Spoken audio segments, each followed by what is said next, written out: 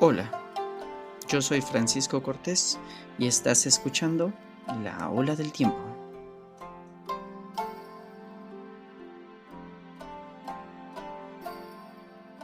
Hoy me acompañarás a escuchar las travesuras del dios de las tormentas, Susano, la desaparición del sol y la creación de los primeros reinos en la tierra.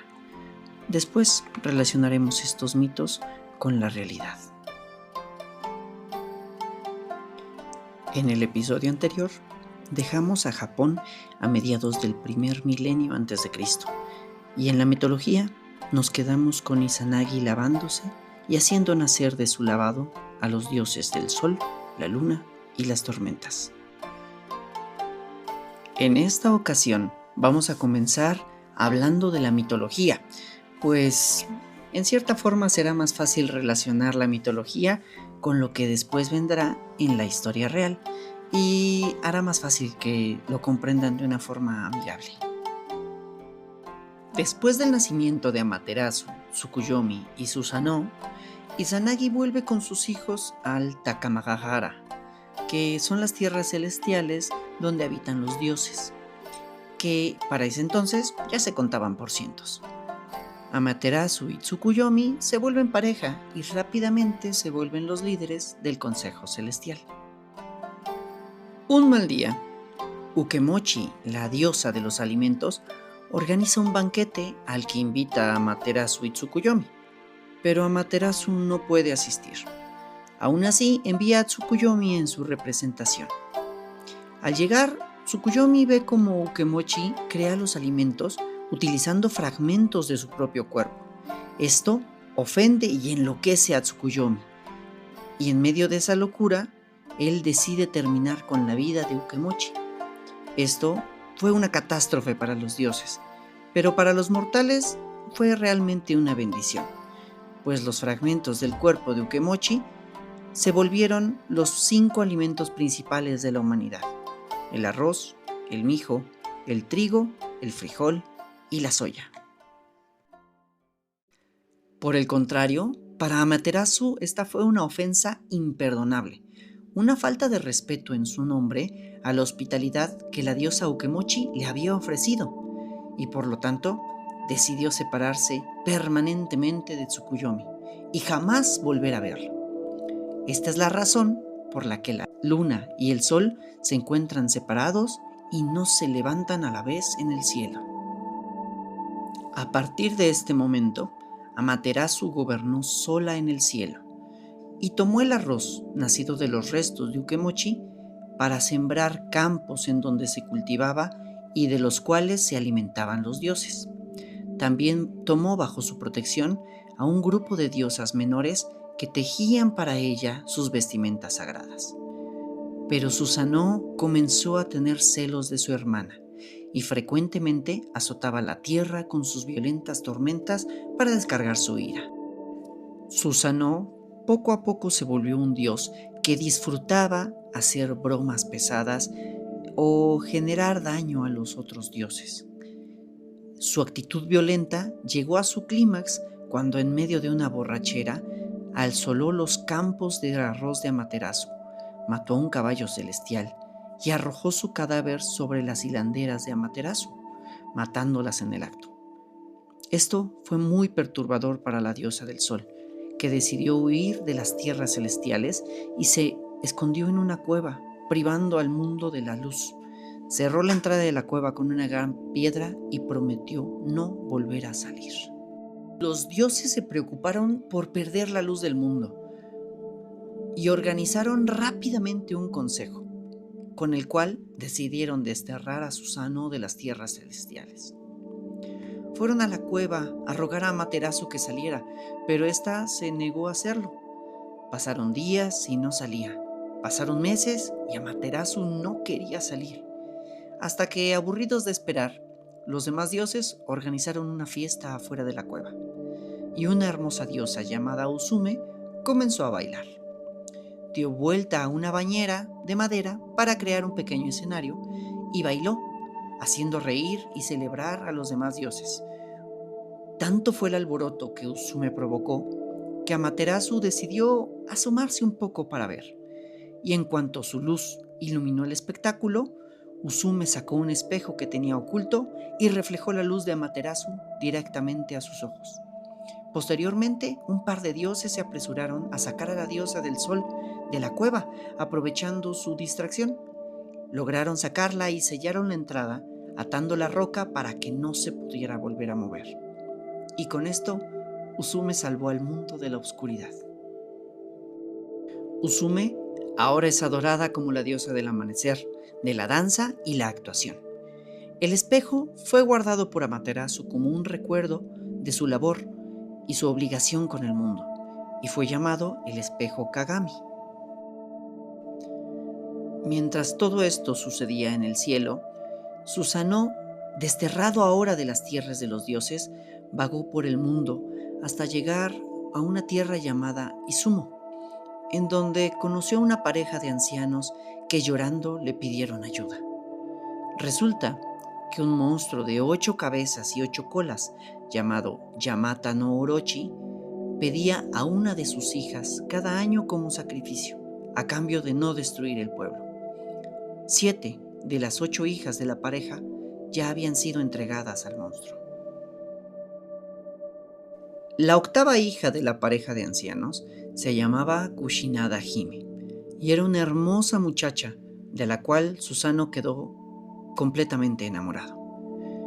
Para esconderla de los ojos del monstruo, Susanoo la convirtió en una peineta que se colocó en el cabello y después pidió a los pobladores que llenaran 8 barriles de sake que hubiera sido destilado 8 veces y dejaran cada barril debajo de cada una de las 8 puertas que marcaban la entrada del pueblo. Cuando Yamata no Orochi llegó, bebió cada uno de los 8 barriles de sake y se embriagó. Al llegar al pueblo, Susanoo le ofreció más bebida, mientras supuestamente los habitantes de la aldea preparaban a Kushinada Hime para él. Yamata no Orochi lentamente se fue embriagando más y más, hasta que se quedó dormido, y en ese momento Susanoo desenvainó su espada y terminó con su vida. Cortó las 8 cabezas, cortó la cola, y finalmente al cortar sus entrañas, encontró una hermosa espada a la cual llamó Kusinagi. La espada Kusinagi era una hermosa espada decorada y el nombre significa la espada que corta la hierba.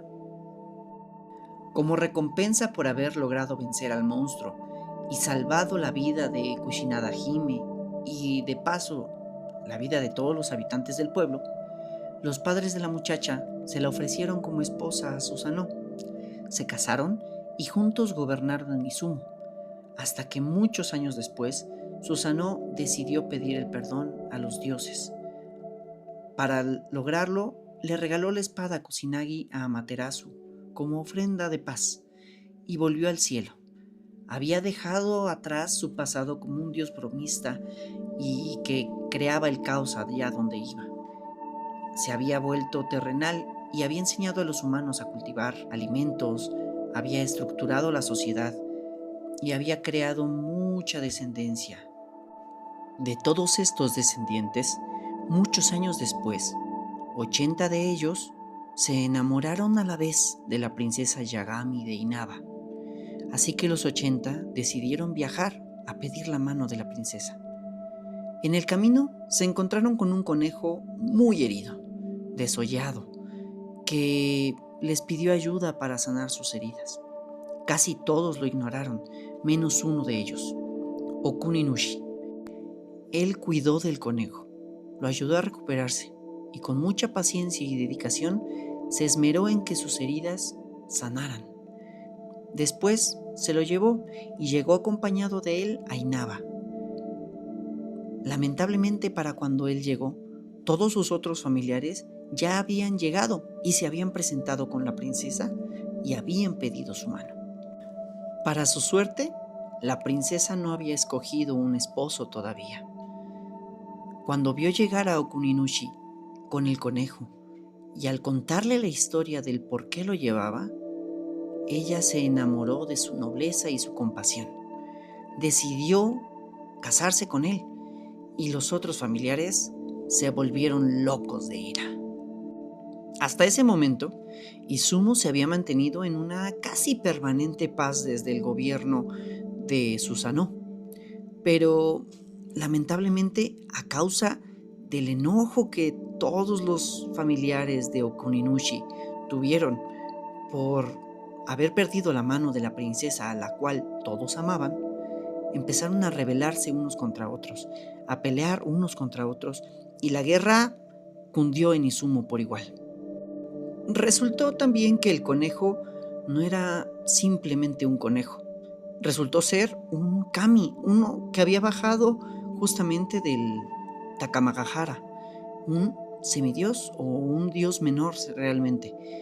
Y gracias a la compasión que Okuninushi tuvo por él, este lo recompensó con una fuerza y un poder pues realmente sin comparación en el mundo terrenal. Por lo tanto, cuando sus familiares se rebelaron, Okuninushi logró pues realmente vencer a todos sin demasiada dificultad. Todos lo atacaban, pero él lograba siempre defenderse y salir victorioso. Lamentablemente, este poder no fue suficiente para que Okuninushi lograra preservar el orden y la paz en Izumo, y la tierra se sumió en un caos terrible, una anarquía total. Desde el cielo, los dioses vieron este caos y decidieron poner manos a la obra y finiquitar el conflicto por ellos mismos. Amaterasu organizó rápidamente un consejo y los dioses decidieron mandar un ejército divino para pacificar las tierras. Amaterasu decidió que el que lideraría ese ejército sería su hijo Ninigi. A Ninigi se le entregan 3 regalos en el cielo. Amaterasu le entrega la espada Kusanagi que había recibido de Susanoo y también el espejo Kagami con el que Usume la había cegado y obligado a salir de la cueva. Aparte, Tsukuyomi, el dios de la luna, le entrega una joya Magatama. Estas joyas son joyas de jade en forma de media luna. Okuninushi, para el momento en el que los ejércitos celestiales de Ninigi llegan a Izumo, había logrado un poco de avance en la guerra. Realmente controlaba ya la mayor parte del territorio, pero no había logrado sofocar las rebeliones ni acabar con los señoríos rivales que controlaban sus familiares. Aparte, muchos otros se habían rebelado y realmente Izumo seguía sumido en el caos. Así que al llegar Ninigi con los ejércitos celestiales, se presenta formalmente con Okuninushi, pues en el cielo a él se le reconocía como el verdadero gobernante y el heredero legítimo que gobernaba en Izumo. Okuninushi y Ninigi llegan a un acuerdo. Okuninushi entregaría sus derechos sobre la tierra de Izumo a Ninigi, y a cambio los dioses le entregarían el gobierno de los muertos y de todos los espíritus. Finalmente Okuninushi acepta, entrega el poder y sus derechos a heredar la tierra de Izumo. Ninigi se asienta en la bahía de Nagaya y crea un centro de poder desde ahí. Ninigi introduce el arroz en sus territorios. Con esto alimenta a sus ejércitos y consigue una ola de conquistas como nunca antes se había visto en las tierras de Izumo. El señorío de Ninigi empieza a tener mucho poder, concentra todo el poder de la región y empieza a crecer. Tanto que sobrepasa rápidamente la región de Izumo y empieza a dejar de llamarse Izumo para tomar el nombre de Yamato. Según la tradición, Ninigi es el abuelo del que es considerado el primer emperador de Japón, su nieto Jimmu. Pero de Jimmu ya hablaremos después, lo dejaremos para el siguiente capítulo. Por el momento, vamos a empezar a tocar un poco de lo que sería la historia real, de lo que sería el Japón Yayoi. Como seguramente recordarán, Japón estaba habitado por una cultura llamada Homon, la cual dominaba todo el territorio japonés hacia inicios del primer milenio antes de Cristo. Pero esta sociedad poco a poco fue reemplazada por grupos que llegaron migrando desde Corea y que, entre otras cosas, trajeron el cultivo del arroz como principal diferenciador. A la cultura creada por estos migrantes que llegaron desde las costas coreanas, actualmente se les conoce como cultura Yayoi, y se caracterizaron justamente por el manejo de los metales y el cultivo amplio y extensivo de arroz. Hagamos juntos un ejercicio mental. Vamos a hacer un símil entre el mito y la historia real. En la mitología, la tierra de Izumo era gobernada por los descendientes de Susanoo y estaba sumida en el caos.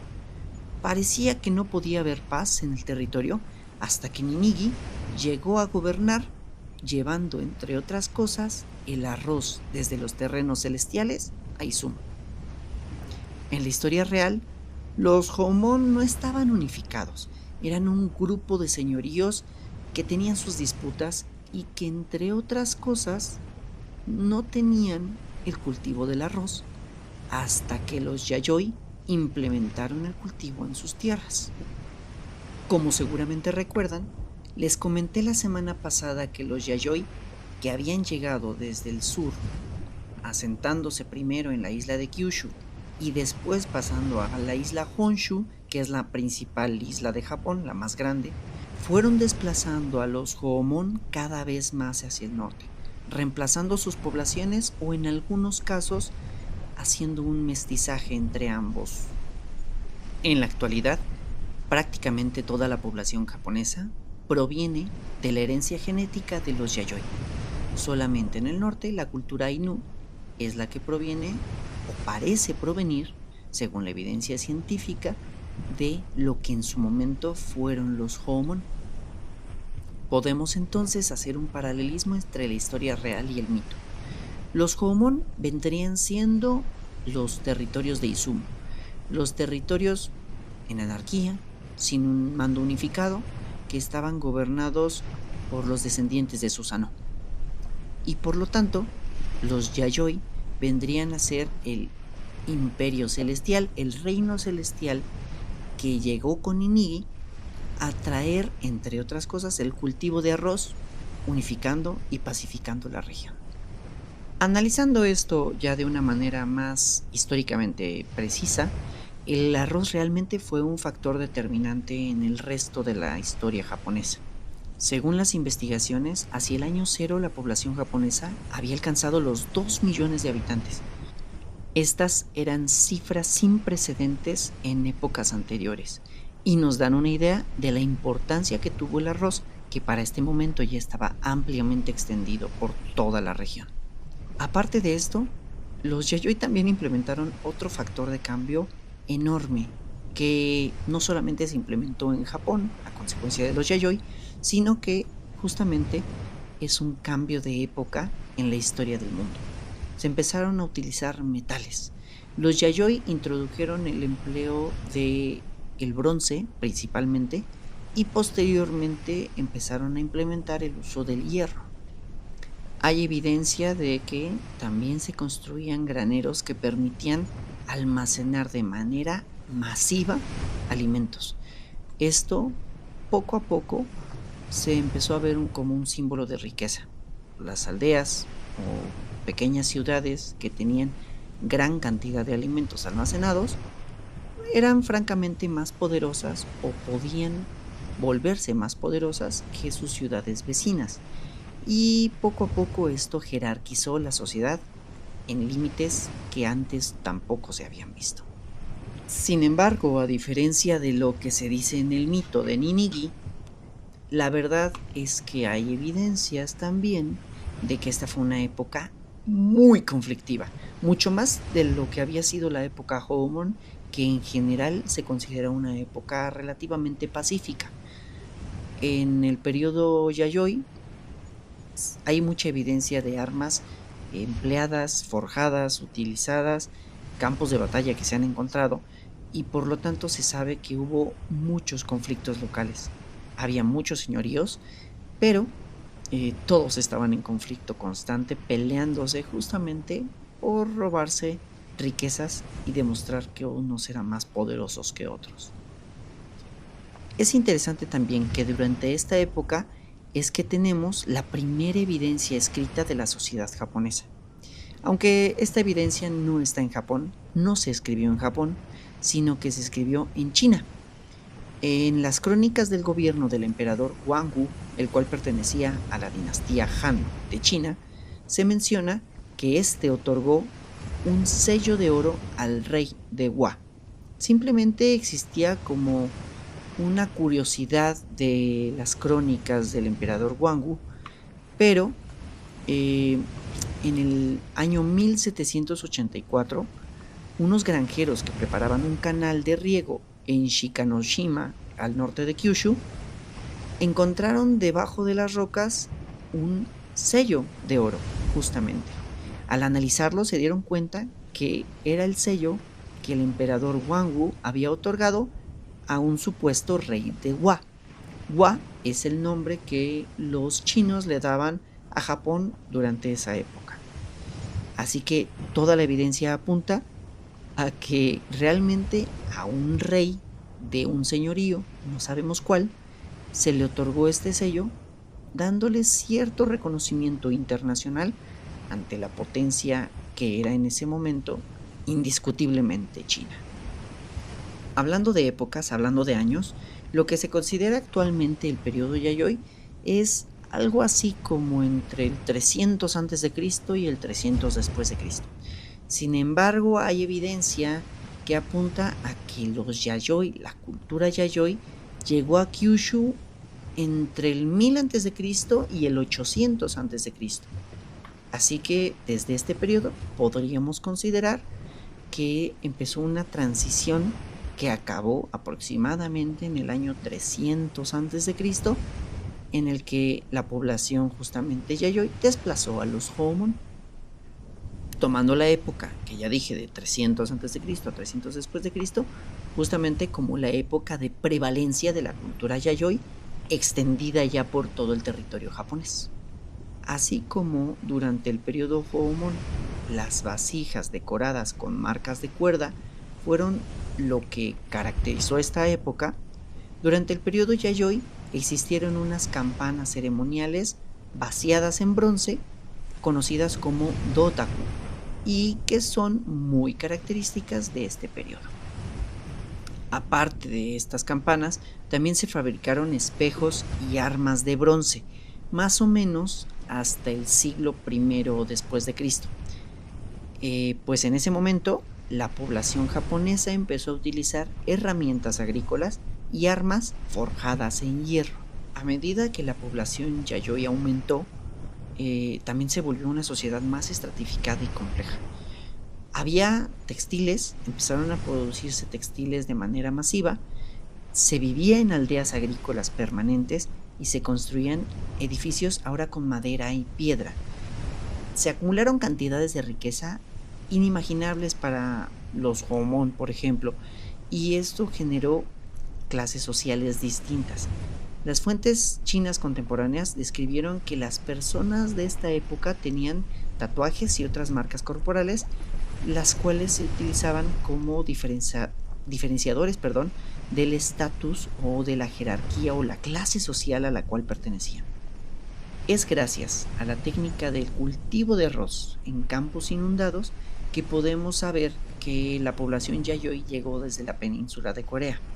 Pues esta técnica la podemos rastrear en la historia desde su origen, que fue en el estuario del Yangtze, en el sur de China, el río Yangtze, y después hay evidencia de su utilización en las islas Ryukyu. Posteriormente esto migró hacia la península de Corea y años después aparecieron estas mismas técnicas de cultivo en humedales que se encontraron en Kyushu y posteriormente al sur de Honshu y después por todo Japón. La cerámica que tenían los Yayoi nunca llegó a ser comparable realmente con la calidad o la decoración que le ponían los Houmon a sus cerámicas. Esto puede deberse a muchas causas, pero se cree que una de las principales razones es que el cultivo extensivo de arroz hacía realmente un poco menos útiles las vasijas. Al inicio, durante tal vez el siglo V o IV antes de Cristo, se utilizaban vasijas de cerámica para guardar alimentos, pero poco a poco, conforme el cultivo de arroz empezó a hacerse más extendido a lo largo del territorio japonés, también se empezó a necesitar de graneros para guardar las grandes cantidades de arroz que se cosechaban. Las vasijas eran inviables, por lo tanto, se construyeron edificios de madera, de varios metros de alto, que aparte estaban elevados del suelo por medio de pilotes. Esto para evitar que los roedores lograran alcanzar la cosecha y la echaran a perder. La evidencia arqueológica nos demuestra que los Hohomon y los Yayoi eran dos poblaciones notablemente diferentes. Sus restos óseos nos dan evidencia de que genéticamente provienen de dos líneas distintas, pues los Hohomon eran más bajitos, tenían los ojos más separados y las caras, sus cráneos eran más cortos y anchos.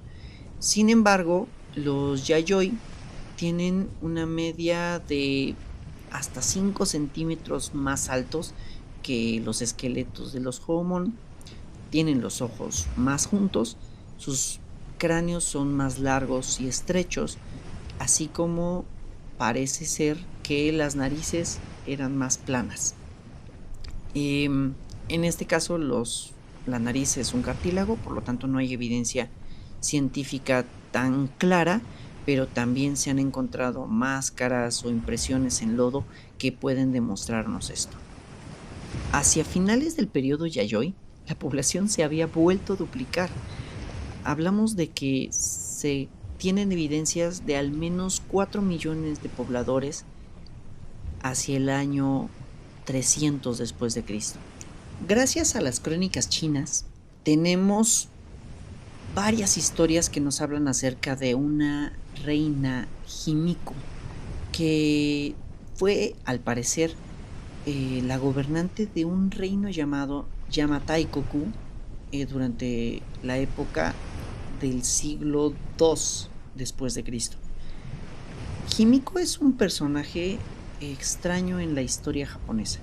Hay evidencia de que existió tanto arqueológica como en los registros y crónicas chinas, pues tuvo relaciones tributarias con el reino Cao durante el año 220 aproximadamente después de Cristo, y esos registros señalan que durante muchas décadas hubo una guerra civil, después de la cual esta reina Himiko se alzó con el poder, más o menos unificando una buena parte de lo que era el sur de Honshu y la isla de Kyushu.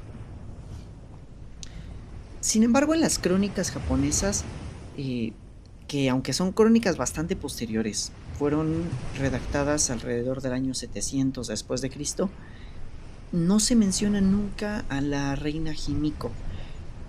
Como ya les comenté hace un momento en la parte de la mitología, el primer emperador que aparece en estas crónicas es el emperador Himu, y estas crónicas durante sus primeros capítulos justamente tocan la parte mitológica, la era de los dioses, de la cual es la que les he venido narrando como mitología durante los episodios anteriores, bueno, en el episodio anterior y en la parte mitológica del inicio de este episodio. La reina Himiko no es mencionada. Se tienen ciertas sospechas de que ya esto se trata más bien de una noción ideológica, de un intento de evadir la historia, digamos, y dar menos peso a las mujeres en la sociedad japonesa de la época del año 700 después de Cristo. Ya cuando lleguemos a esa época vamos a hablar más profundamente de esto, de cómo se escribieron estas crónicas, de cómo se marcó más la sociedad rodeando a la cultura del emperador. pero es muy notable que esta reina sea reconocida con tanto poder en crónicas chinas, en crónicas coreanas, incluso pues tuvo también relaciones con los reinos que existían en Corea en esa época, pero no hay menciones de ella en las crónicas japonesas. Hay un personaje que sí se menciona en las crónicas japonesas, que aunque no es exactamente mencionado como Himiko y no comparte todas las características con ella, así que existe un debate amplio de si son o no el mismo personaje histórico, pero se menciona una tal emperatriz consorte Jingu. Más o menos gobernaron en lo que vendría siendo el siglo II después de Cristo, y tienen ciertas cosas que las hacen parecerse. Vamos a hablar un poquito de ella, aunque no vamos a hablar a fondo, pues como dije, lo vamos a dejar la historia de los primeros emperadores de Japón para el siguiente episodio. La emperatriz Jingu es mencionada como la emperatriz consorte, la esposa del emperador Chuaui, el cual es el 14º emperador en la lista de los emperadores japoneses de las crónicas. Lamentablemente el emperador Chuaui fallece al poco tiempo de haberse casado con Jingu. Sin embargo, deja embarazada a Jingu antes de morir. Y extrañamente, según la historia, con la ayuda de 2 joyas divinas que le permitieron controlar las mareas, decide comenzar una conquista en Corea. Viaja hacia Corea y conquista toda la península, o al menos los reinos principales, en una campaña que duró 3 años. 3 años durante los cuales mantiene a su hijo en su vientre. Al regresar, da a luz y se vuelve la regente del reino de Yamato, el reino de Japón, el tiempo necesario para permitir que su hijo madure, crezca y tome el control por sí mismo. Según las crónicas, Jinmu logró tener una regencia de alrededor de 60 años, entre el año 200 y el año 260 después de Cristo. Sin embargo, no hay evidencia que sostenga su existencia realmente. Sin embargo, de Himiko sí tenemos evidencia escrita. A Himiko se le menciona en el Weishi Waiden, que es un libro que relata el romance de los 3 reinos en China. Y es un libro en el cual se menciona a Himiko como una reina chamánica, una especie de bruja que tenía el poder de la provincia de Yamatai, y que era considerada pues la reina de esta provincia. Se menciona a Himiko como la persona que salió victoriosa de una guerra civil de aproximadamente 6 años que sumió a Japón en el caos total. Al final de esta guerra, Himiko tomó el control del trono y se convirtió en una reina para muchos y con muchísimo poder. Se dice que tenía alrededor de 1000 criadas, mujeres, y vivía aislada desde que obtuvo el poder y el trono. Como contexto rápido, alrededor del siglo III después de Cristo, lo que había sido el Imperio Han en China se fragmentó en 3 reinos o en 3 estados: el reino Wei, el reino Shu y el reino Wu. Himiko tenía principalmente relaciones con el reino Wei, con los Cao, herederos de Cao Cao, que fue el caudillo que fundó justamente este reino, escindiéndose del imperio Han. En algún punto se menciona que Himiko hizo una ofrenda, un tributo, mandó un tributo de una gran cantidad de arroz al rey Wei, y en cambio le mandó de vuelta 100 espejos de bronce. Estos espejos, Himiko los utilizó como símbolo de control, símbolo de estatus, y los regaló a 100 señores de otros 100 señoríos en Japón. Directamente, muy posiblemente, Himiko no tenía el control total del estado, no existía un estado tan centralizado en Japón, pero existían alianzas que centralizaban virtualmente el poder en Himiko. Seguramente tener uno de los 100 espejos de bronce que la reina había repartido significaba que eras leal a la reina. También en las crónicas chinas se menciona, más o menos por la misma época, una invasión japonesa hacia el reino de Silla, que estaba en Corea. Sin embargo, a diferencia de lo que se cuenta en el mito o semi-mito de Jinmu, de la emperatriz Jinmu, en este caso la invasión japonesa no tuvo éxito. El ejército japonés fue repelido por el reino de Silla y pues no hubo una conquista como tal, lo cual parece más preciso o más correcto, puesto que incluso en las crónicas japonesas no se menciona una continuidad de ocupación japonesa en Corea durante esta época. Finalmente, de Himiko se menciona que murió alrededor del año 247 después de Cristo. Esto ocasionó una crisis nuevamente en Japón, o más bien en Yamato, y durante 8 años hubo una guerra civil. El país estuvo sumido en el caos. Se nombraron varios reyes varones, pero ninguno fue admitido ni por los señores nobles ni por el pueblo mismo, hasta que la hija del clan de Himiko, una muchacha llamada Ichiyo, de solamente 13 años, fue colocada como reina, y con esto el país volvió a tener un estado de paz. El mito y la realidad finalmente se confunden en esta época.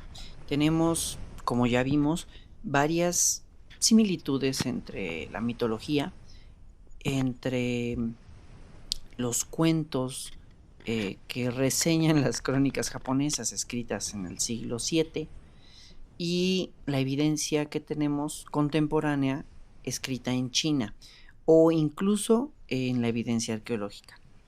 Finalmente, entre las dos hay similitudes, pero también hay diferencias que nos hacen dudar una de la otra. La información yo se las expongo aquí, se las traigo para su comodidad, pero finalmente la decisión de en cuál creer o con qué historia quedarse queda en sus manos solamente. Por el día de hoy esto sería todo. Nos quedamos con la duda entre Himiko y Jinmu, cuál de las dos es la correcta. Nos quedamos también en la parte mitológica, justamente a punto de narrar los primeros emperadores de Japón, intentando dilucidar entre la verdad y el mito de lo que será el reino de Yamato o lo que es el señorío de Yamato, del cual ya hablaremos más a profundidad en la siguiente semana. Les agradezco que hayan escuchado el programa, agradezco su presencia y nuevamente espero poder leer sus comentarios, su retroalimentación y haberles brindado un poco de la historia de Japón. Les recuerdo que nos quedamos más o menos en el siglo III después de Cristo. Ese es el punto que estamos tocando actualmente. Les estaré subiendo también pues información adicional al Instagram. Les recuerdo La Ola del Tiempo, @laoladeltiempo en Instagram. Les agradecería que fueran a seguirme por ahí, recomienden el podcast y espero tener su retroalimentación y el gusto de contar con su presencia nuevamente la semana entrante. Que tengan un buen día, una buena tarde, una buena noche en el momento que me estén escuchando, y el resto de su semana que siga siendo lo mejor para ustedes. Cuídense mucho y nos vemos próximamente. Hasta luego.